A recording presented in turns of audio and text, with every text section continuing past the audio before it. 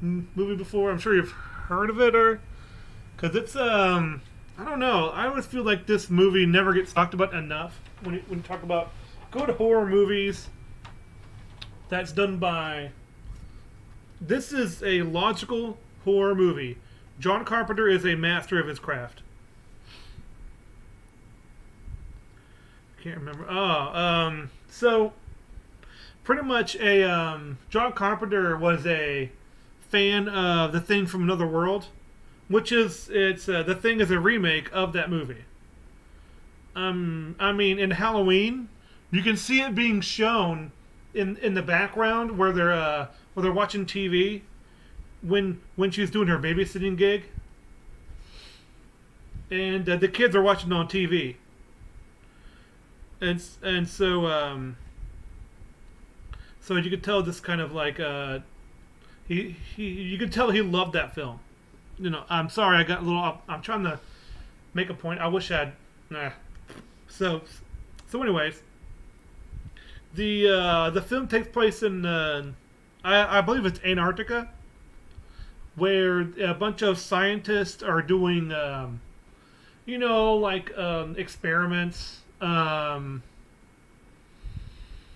stuff like that, where like weather conditions, like probably studying ice caps, how it affects other things, like a bunch of probably experiments have to do with only can be done in the Arctic. It's not you never really know what they do there, but you know they are scientists of probably different calibers, and some of them aren't really scientists at all. Some of them are probably there there for the military because there are just cooks there. There are people that have like dogs that keep them company to keep them sane. Um, Probably also to protect them from wildlife. And just in case electricity would go out, you would have a way for them to travel as well, like a dog sled. I'm sure there's a lot of reasons why you would have like huskies at a remote outpost, a remote outpost. But so so you get this UFO sighting like when you first start the movie. Then it ends up that this ends up being a long time ago because what happens is that the I believe it's Poland. Their base found it. It's considered to be Polish, and they find this thing. Something happens to their base, and which you know about just through environmental storytelling because you don't really know what happened there, but you are shown when they investigate it after things are happening at at the protagonist's base, and the characters there from the United States. So these Polish scientists are trying to like kill this dog, and the first thing I've noticed from people because I have to watch react channels to my favorite movies, and the first thing they do, why are they firing at this dog? Why are they trying to kill this cute husky dog? As you know, huskies are adorable, and and so they just chase this dog around, but by helicopter and with grenades and sniper rifles, and there's only two of them left. And so uh, they get and the United States guys hear this, and they're like, why?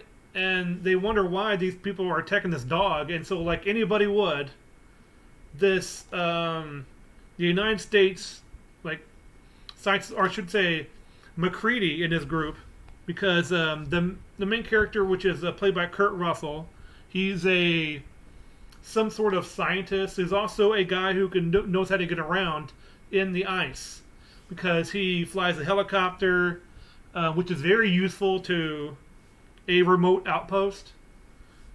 and and he passes the time in the meantime by playing his computer, which he thinks cheated, and he pours liquor into the PC. And I just love that scene because it's like he's playing like computers back then played like one game, you know, very well, unfortunately, and he's getting beat by this computer, and he says, and the computer's like checkmate, and so he opens up the this big opening into the computer. It's an ancient computer. I don't know what it is. It seems like where you input like games and stuff.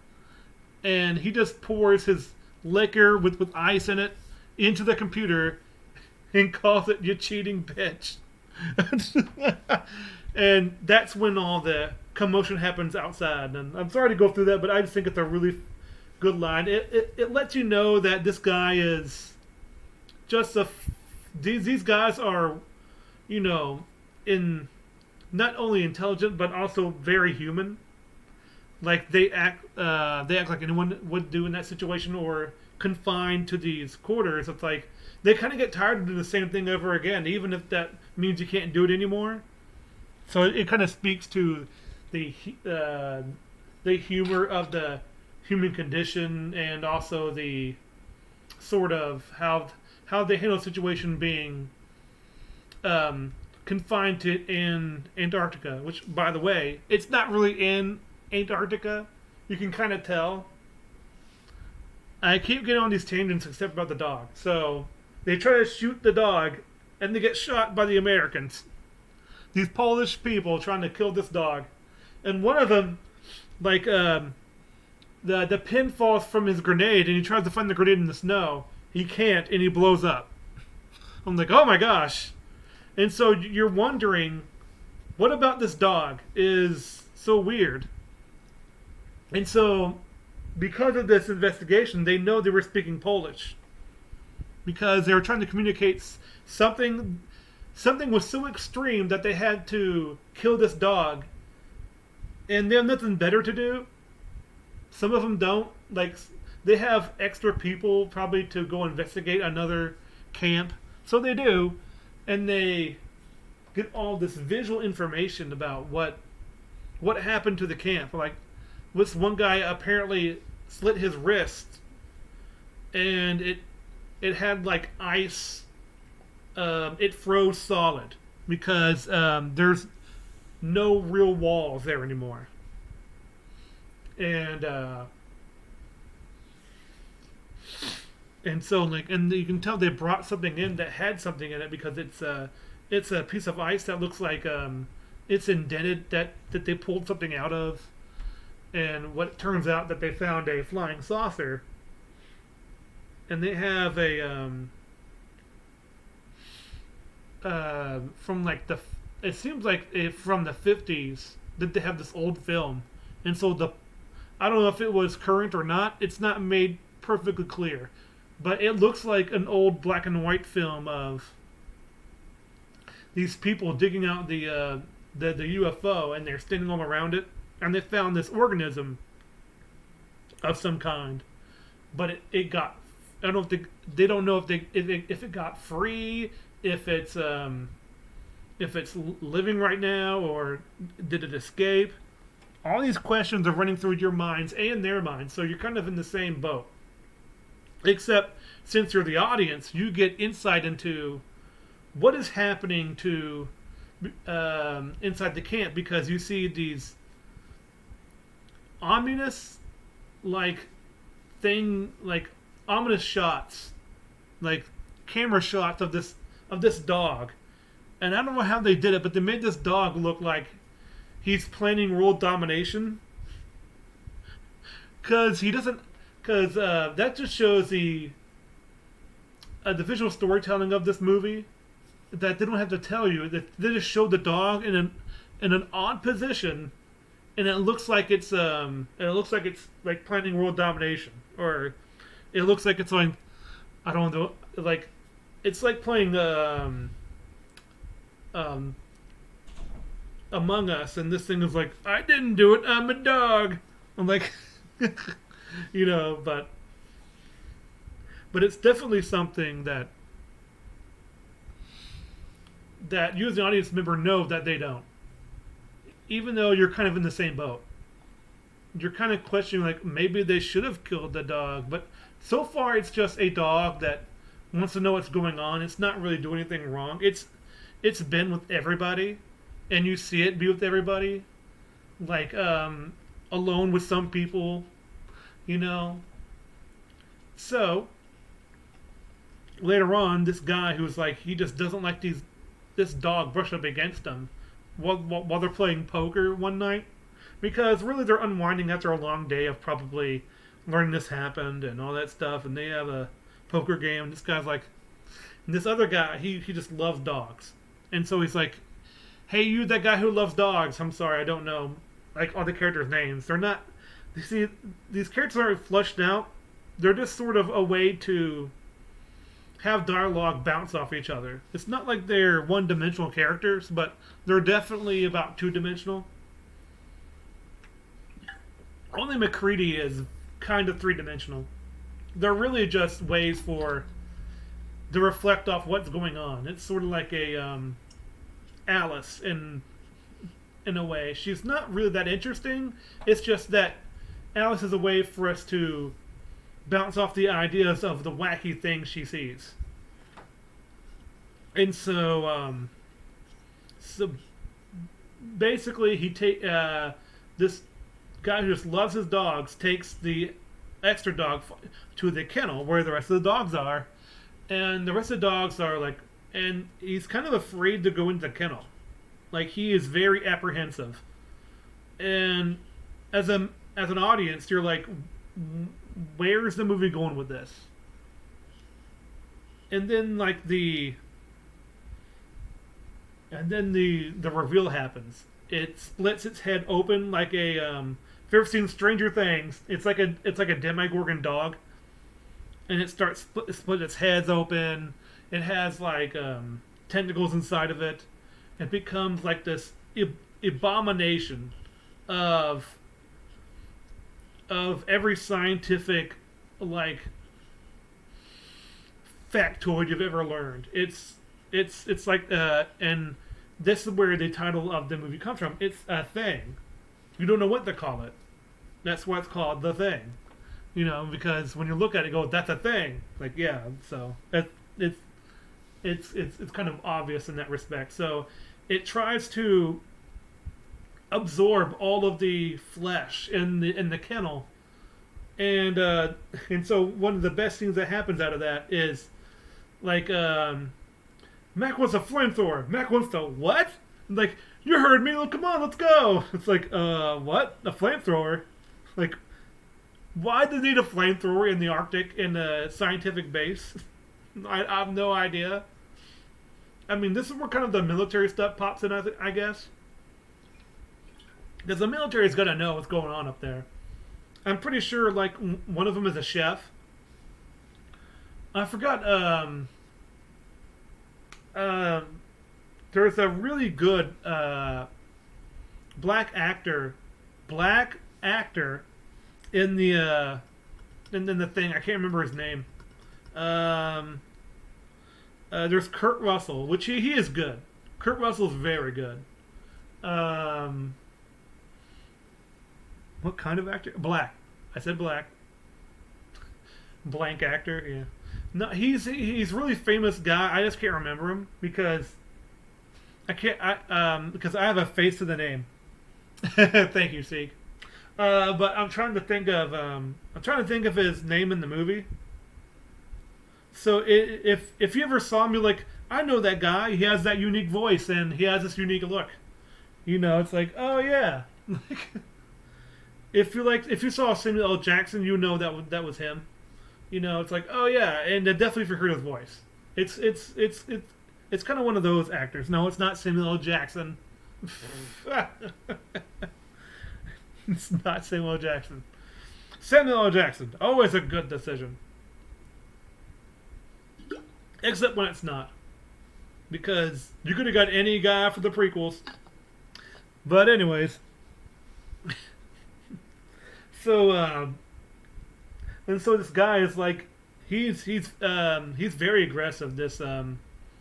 He's sort of like the opposite of McCready, which is the Kurt Russell character. He's kind of the opposite, where Kurt Russell's trying to find out and trying to calm everyone down. The black guy's very aggressive and trying to maintain order.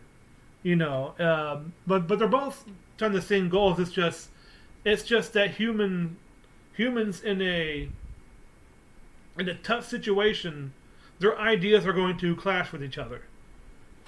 That's what a lot of comfort not that's what a lot of situations do to people. Your real feelings come out on people, especially when it comes to what do we do about the situation, and everyone has a different idea.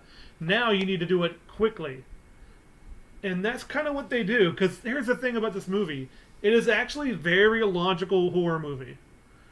It's kind of like The Exorcist in that way. um, it has a because they go through the motions of we need to figure this out, but do it quickly and do it efficiently, and everyone has a good idea. Everyone's not being stupid, but things still go wrong. That's what upsets me about like horror movies that are just terrible, and people excuse it like, "Oh, it's a horror movie. It doesn't have to make sense." I'm like, bull crap. Like that's an excuse. That's a very poor excuse. I understand like there's suspicion of disbelief, yes, because there's a big monster that does all this stuff, and so therefore that monster doesn't exist. But you're willing to make it exist because without it you wouldn't have a movie, and it's what the movie is about. So if you can't buy that premise, then it's probably not the movie for you. The same thing goes for like fantasy movies. Like some people don't like fantasy movies because it is so out there. But hey, I don't like realistic spy movies. Like Bourne. I don't like Bourne. I'm sorry. But anyways, it's just not my thing. Let's see.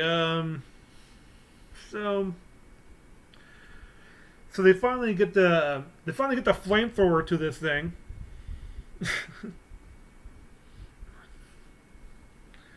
I'm not sorry. I'm not sorry.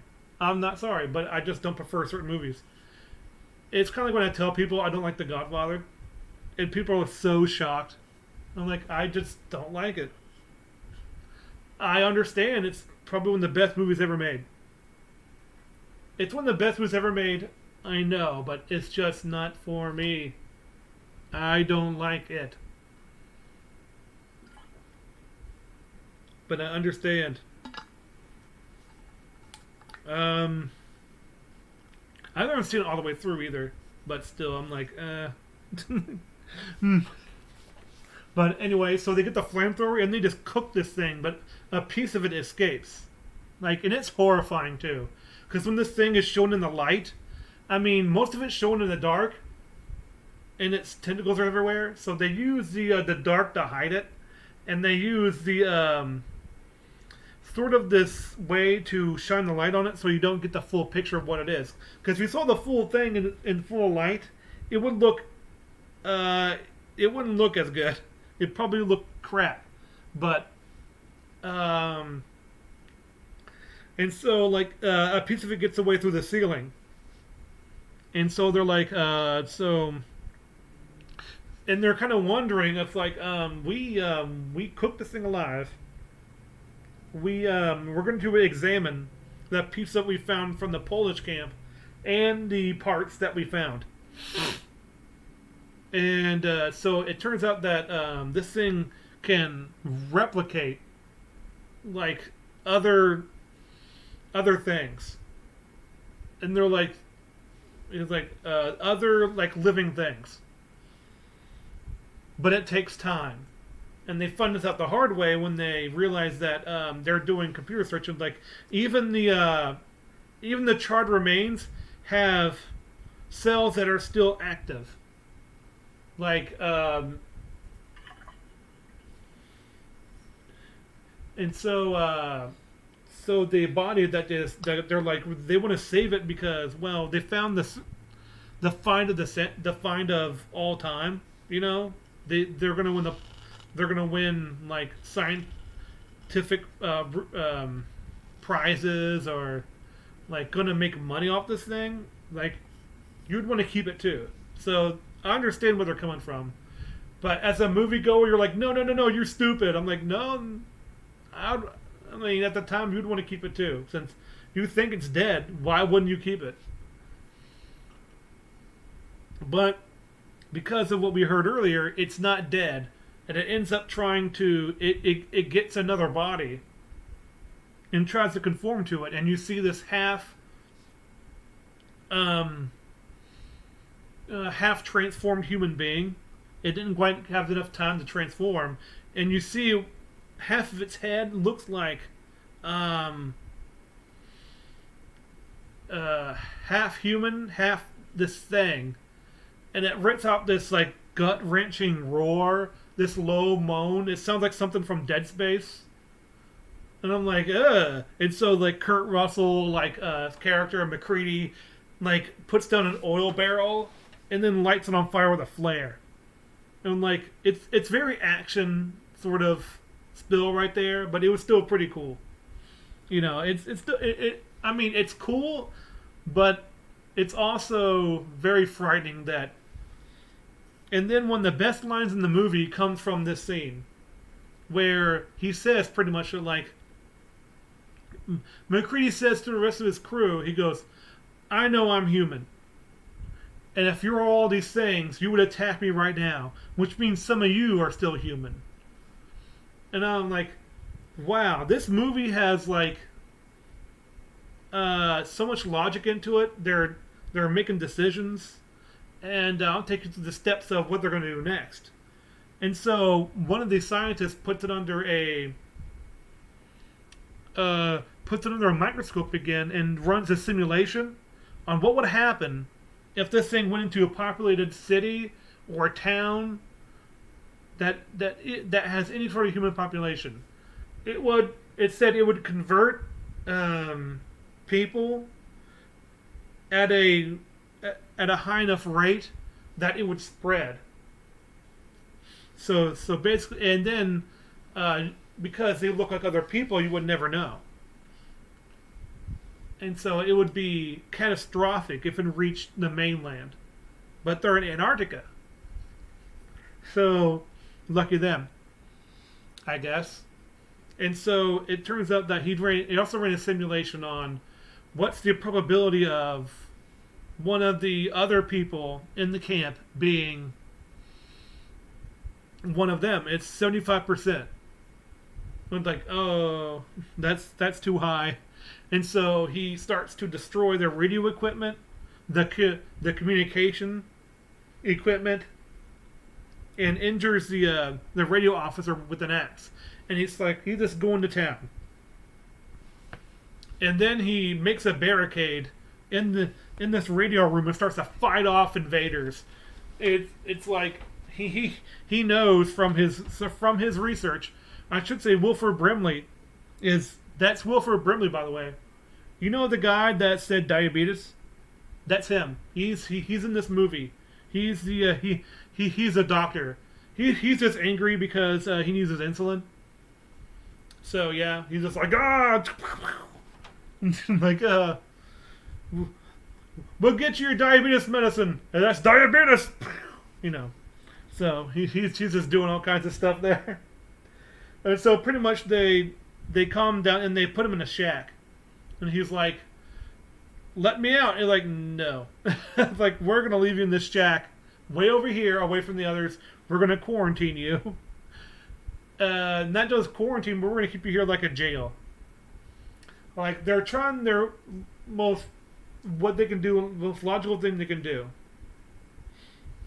And so they figure out that each one of the thing's limbs is a part of it, including its blood.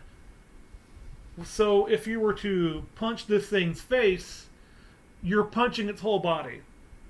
Like, basically. Or if you cut like or if you burn blood coming from this thing, it will affect the rest of the body. It will the body would react. So they get blood samples and from everybody, and they said, okay, we're gonna do some tests. And somebody decided to cut the whole fridge full of blood bags, so they couldn't do the test. And so they're trying to figure out who got in there because there's only two keys, and there was like six people. So it pretty much turns into a movie of who goes there, who can you trust, paranoia. It's a very it's almost Lovecraftian in a sort of a way, like the paranoia, xenophobia, fearing your own kind. You know, it gets to that core feeling of who do you trust? You know, because human beings have to trust somebody, because human beings are, even though if in and out on the human being animal thing, we are essentially social beings. Like, we need contact with somebody, even if it's not physical. We need to talk to somebody. We need to bounce ideas off each other. You know, it's so cool. Some sometimes, yeah. I was going to go with the Blues Brothers version. Everybody needs somebody to love. But yeah, basically, it's true. So yeah, so so they start like getting these little groups, and if their little groups tells the other guy something, they believe it, no matter how preposterous it soon be, because the person who's not in your group is seen to be one of these things, and that's what the other group is thinking. You know, it turns to this really kind of psychological study of people who make logical decisions but are still getting screwed over by this thing.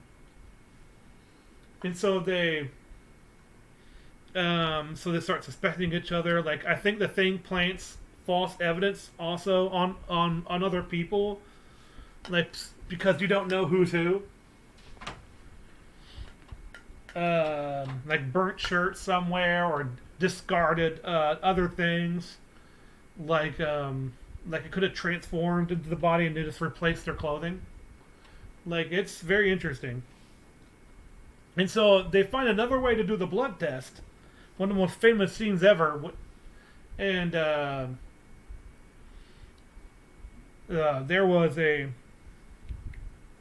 And so let me start over. I'm sorry. So they get this blowtorch. And they heat this metal coil. And they get people's blood into, like, petri dishes. And they're like, we're going to see who's who. And everybody who's tied up to a chair is like, this is the stupidest experiment and idea you've ever had. They are so angry. And some of them are more angry than others. Awesome blood test. Well, you see, they actually use the fumes from the flamethrower to melt up to pretty much make this. There's a wire that they heat up, and they put that in the blood tissue. In the petri dish with the blood that they got out, and if it reacts, that means they're a thing. Because because when it comes to a thing, they're all connected, but human beings are separated from that. With our blood's outside of our body, it doesn't affect us anymore. You know, that's how these things work. But it's not confirmed yet in the movie. It's not confirmed yet in the movie. So they're trying to go through it. The people on the couch, the people tied up on the couch to each other, are like, "This is the dumbest thing ever." And there's a couple of people like that famous. Okay, I gotta look this guy up because I can't keep calling him I can't keep calling him a famous black guy. So I don't look him up. Join me, Ed. Join me. All right, join us, Ed. Join us. All right, we're gonna escape. All right. Sometimes I feel. We're gonna look at the cast. See, we can do this without copyrights. Yeah.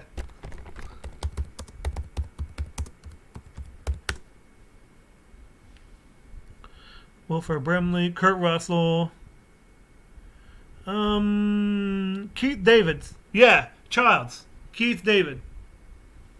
If you don't know, yeah. Let's see if I can put him up here. There he is. Yeah, that guy right there. Just your stream Google searches. Yeah, I mean, like, here's the thing though. Like, here's Kurt Russell. There's this is the cast, and the those two guys on the bottom were the Polish dudes that shot the. See, he's shooting the dog right now. And here's the rest of them. All right, so the rest of them are either dead, the Thing, or tied to a couch at this point. They're all tied to a couch. And this guy, Childs, is like, okay, this is the dumbest thing ever. And you ain't proving nothing with this. And so McCready, the Kurt Russell's character, is like, he was like, I knew you'd be skeptical. We'll do you last. And so when he doesn't expect it to work, the blood like jumps out of the petri dish because it senses the hot coils, and then like the Thing jumps out of the chair and carries everyone else with it. It's this strong to like carry all the rest of these people by the couch, and of course the flamethrower doesn't work for a while. And it kills somebody else. I'm like, no. I'm like, but we were so prepared. And so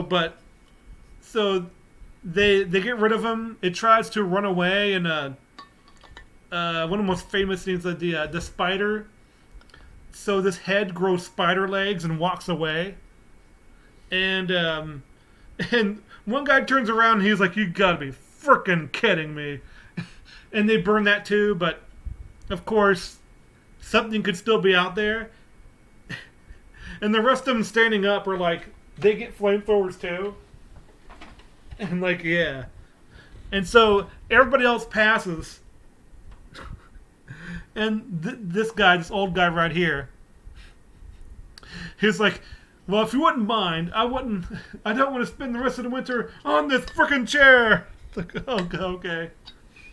So yeah, these guys are frustrated. They're not going on much sleep. But they're still trying their best, and they realize that this Thing wants to be inside of this building because it's the only place that's warm enough that this Thing can't freeze.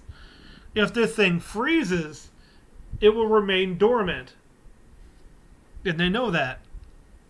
So they have some dynamite, which is probably not legal in Antarctica, because according to the I think Geneva Convention, I'm not sure, you're not allowed to have explosives or firearms in Antarctica, but I could be wrong. But anyways, they have like dynamite, which I'm sure they use for scientific research. Probably. I mean, how else do you get the UFO out of the ice enough where you can do all this stuff? So let's look at the. There's Wilford Brimley, diabetes. Yeah, they had a remake. Oh my gosh. So I want to look up the before we get to that, Antarctica. Oh yeah, yeah, yeah, yeah. That's where the thing comes from. In fact, Wilford Brimley ends up being one of the things, and he tries to build a makeshift UFO out of like tractor helicopter parts and oh okay, dream for this thing. Yeah, there it is. Oh my gosh, that looks so good. I, wa- I wonder if there's gifts. Oh man, that's what it turns into. It's so gross. Oh, it looks so cool though. I The practical effects of this movie are amazing. Mm. And that's where he's doing the blood test. As you can see, they're doing the shh. They're doing that. Just going through the movie.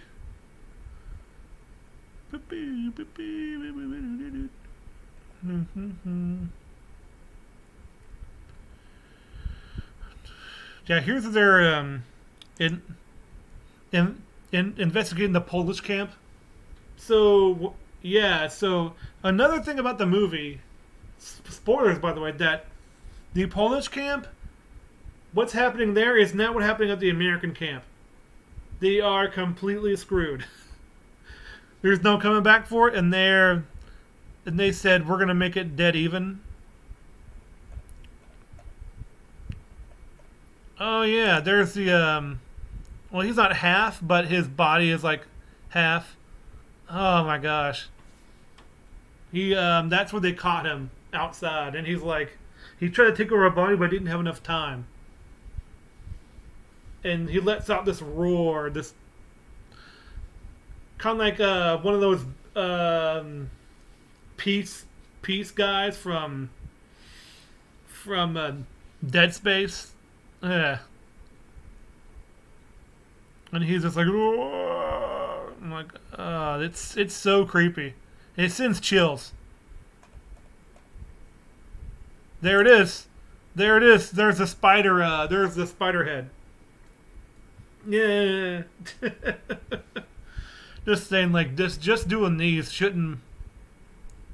No, they're not gonna. Yeah, they did do a remake. And by the way, they remade it.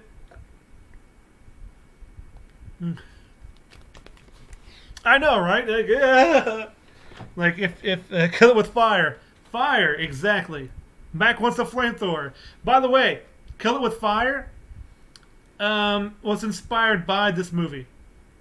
Like this is the movie that kind of quoted the phrase "kill it with fire" because that's the only way to actually kill the thing. If you shoot it, it may hurt it, but it won't. It takes like it probably takes I don't know if you could kill the thing with bullets. I'm sure you could kill it eventually with bullets, but fire is super effective. It must be a grass type. McCready. Transformation.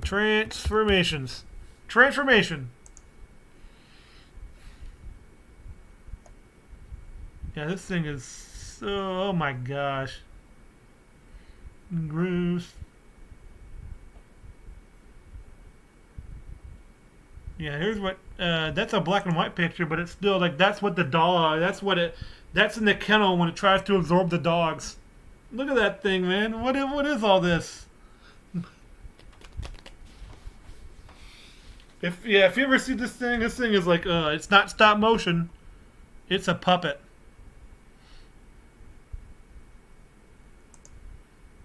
And it gets in like, look at that, man. That's disgusting. Like, like I said, it's very Lovecraftian the way it's built because they're trying to figure out what it is, and it's like,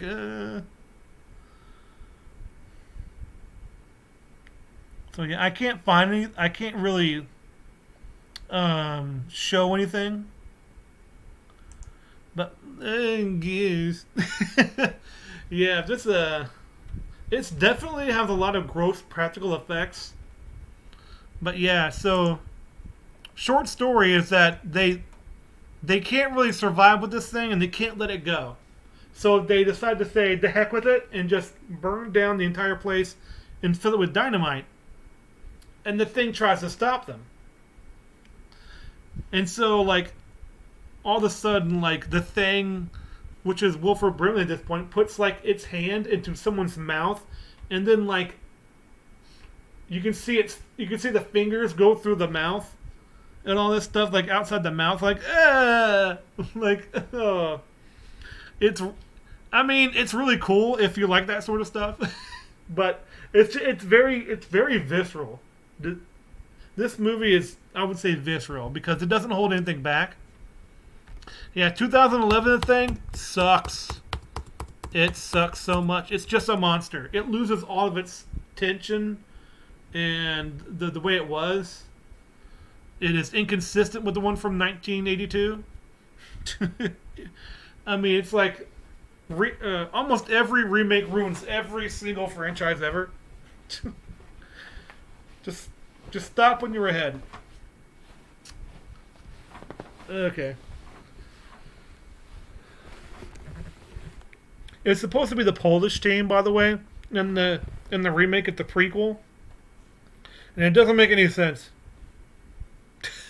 I'm like, you are very inconsistent with the one from the one from the future. Transformations. Oh goodness gracious! No, don't yawn. You make it sound boring.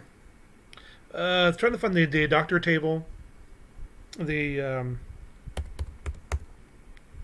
operation scene. Operation. Oh yeah, one of the guys on the couch goes into goes into cardiac arrest. Time yesterday. Oh man. And so all of a sudden, like, because it has because its body is all connected, there's a mouth in his stomach. I'm like, don't do that, no. I'm like, goodness gracious, no. No, don't do that. So, when it comes to the end of the movie, you have... I need the cast back. I need the cast back. I need the cast back. Here we are. So it ends up that after like doing all that stuff, the thing finally shows itself, and it's this great big mass of parts and human beings and all this gross stuff, and like and it roars at MacReady, and he does this one-liner, and it's really cool, and he blows him up with the with one dynamite, and then that starts a chain reaction. He makes it outside with Childs, the other character, which is kind of interesting because a black guy makes it to the end of the movie, and they just wait outside in this freezing Antarctic cold at night, and they're pretty much like getting hypothermia, and they're talking to each other, and they're like, let's just see what happens, and they both sit there knowing they're both going to die, and the movie ends. I'm like I guess that's the only way it could end, I guess. Because I just ruined the whole movie for you. But hey, I do this for myself and for spoilers. So I wish I could show scenes because it doesn't. Pictures don't do it justice about what it does. He has to make them do it too. Like when he has to.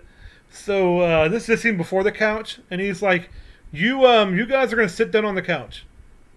Just sit down on the couch. If you don't do it, I will shoot you." So he's like, because you can't even trust the protagonist of Kurt Russell because he could be the thing. So Even by the end, you don't know who's who.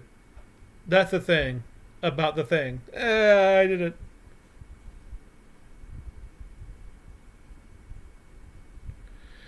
It really is interesting how they thought that being a diverse cast makes it better. Like, no, a good cast makes it better. This is pretty diverse right here. I don't know. He looks like he's dead. Look at those eyes. So, anyways, back to the picture, I guess. Woo!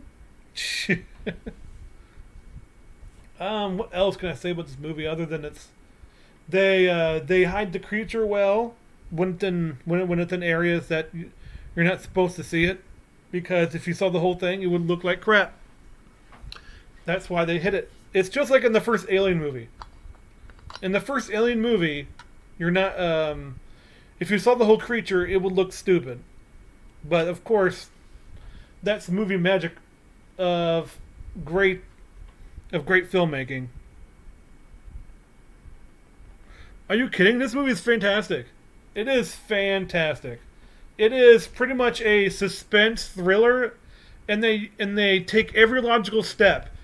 It's like because they're scientists, they're not stupid, and they act like scientists. They act like logical human beings, but things still go wrong. And the first time you see it is the only time like you'll ever see it, because it's one of those movies that if you see it for the first time, it's the best time. And I would love to show it, but I can't. I could do it on movie night, I guess. If you guys want to see it, it's fantastic. It's top five. Yeah, it's probably top five movies of horror movies of anything, like of all time to me. I think it goes. I don't know. It sort of reminds me of Tremors in almost a way, except Tremors remind me of Ghostbusters, which reminds me of The Thing, because they all have that.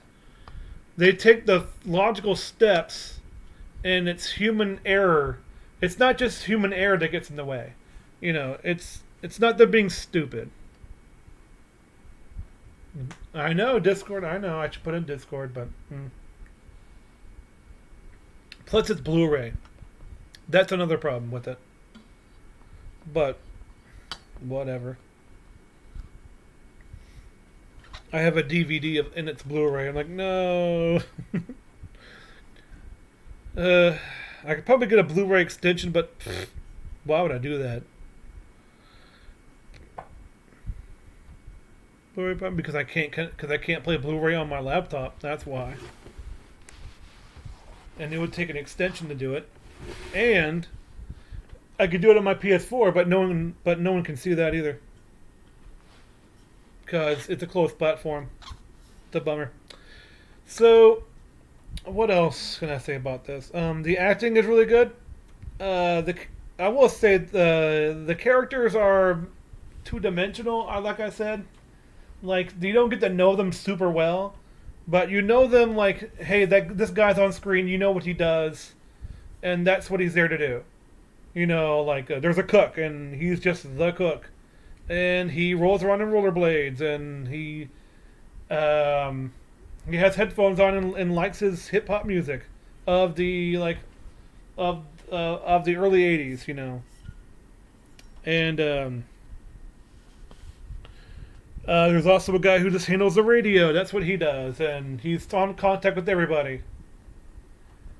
And not only that, you have MacReady. He's a pilot, and he's snarky.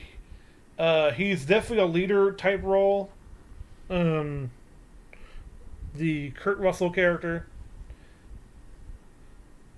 He just feels like that he is the protagonist, but he could be not the protagonist. Who knows? You don't know. Because if you look at the cover, yeah, it's supposed the face is glared up for a reason, because you don't know who's who and symbolism and all that. Oh boy. I'm glad that made it in. So, oh man, my stomach's going crazy.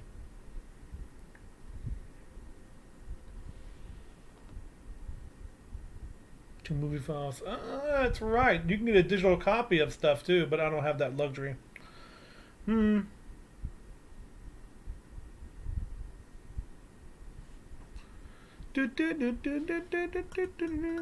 So, let's see. Childs is pretty much like I said. He's this really aggressive character who wants to, but he's very kind of drill sergeant is. He's not like a jerk to everybody, but he's kind of like he's pushing people into decisions.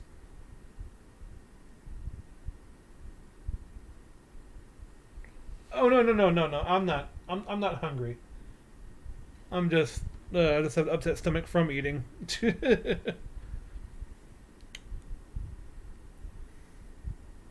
Let's see. Like for example, he doesn't mind getting told what to do. I don't know how to example his character, but he's definitely there to conflict with other characters. He's I'd say he's a pessimist. He's a very aggressive pessimist. He's like, "You're full of crap. This we haven't like." He definitely goes up the logical trail, and he doesn't like it when he doesn't have all the information. So he gets like very defensive about it. Um, oh, if you're going to go eat, then see you later, man. Um, let's see what other. I can't remember any other characters because they're all pretty much like they're there to. Wilford Brimley's character, he's the he's a scientist. He looks at the body of the thing that's charred up, and he does the analysis. And really, he's a catalyst for making people on edge the most because he does all the information. He does all the expedition, and the expedition is done well because he's telling you this is what the thing does. It gives him an excuse to do exposition. Like, he's also callous because he smashes up the equipment. He so and all this other stuff, and making sure that no one comes to their rescue because if someone came to the rescue and it ends up being the thing, then well, crap. You pretty much put it into a population area, and that sucks for humanity. Like, because it would just be this so pretty much ended with itself. It could be like a hive mind because it I don't know if it's a hive mind or not. It's the thing, it does have an intelligence to it because it morphs into other people, and then it talks and thinks just like them, like perfectly. And Charles even says, like, how would you know who I was if I was a true representation? How could you tell?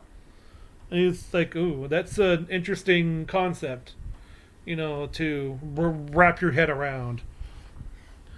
Um, so it's a very so pretty much John Carpenter has the Apocalypse trilogy.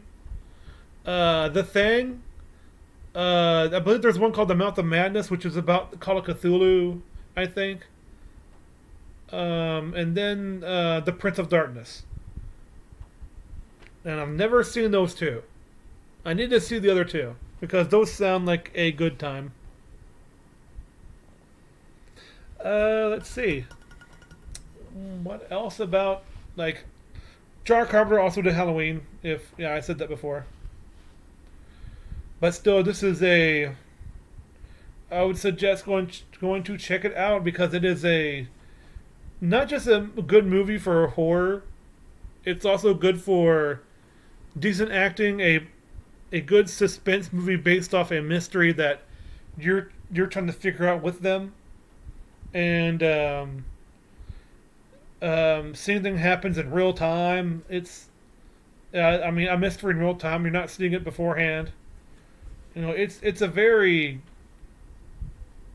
it, suspenseful film when it comes down to it. What else? What else? What else? What else about this movie? Um, of course, like it's kind of funny that talk about the Geneva Convention, but everyone has a gun. Everyone has a gun. They have flamethrowers.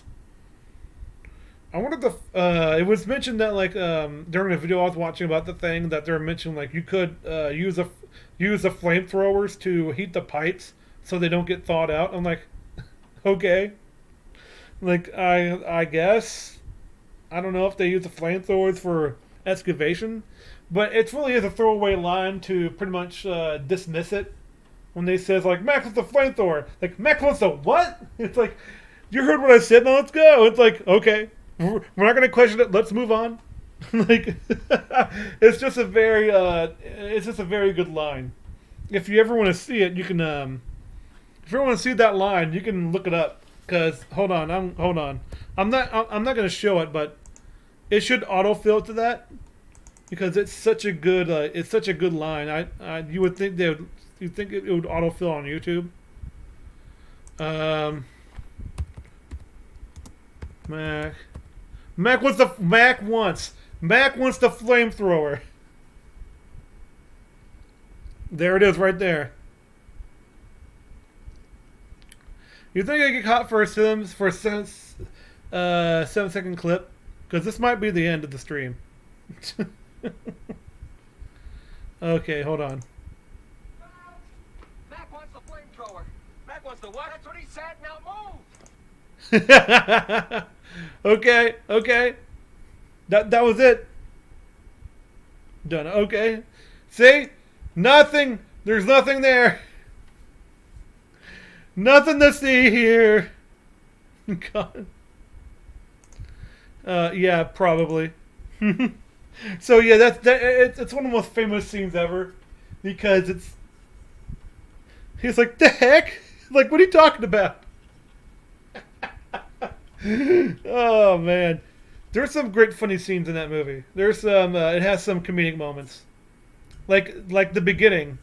He's facing the chess computer and he puts alcohol in it. It's like you cheating female dog, you. Like okay.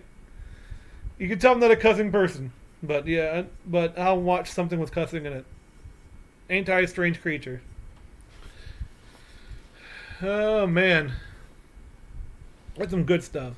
I can honestly just, so, like I said, I'm gonna highlight this out. So anything we do after this is good. So what I'm gonna do is I'm gonna start looking up clips now, so I don't have to do it later. So you guys get the full context of what I'm talking about instead of the other viewers. Sorry guys, if you want to see it, it's be on Twitch.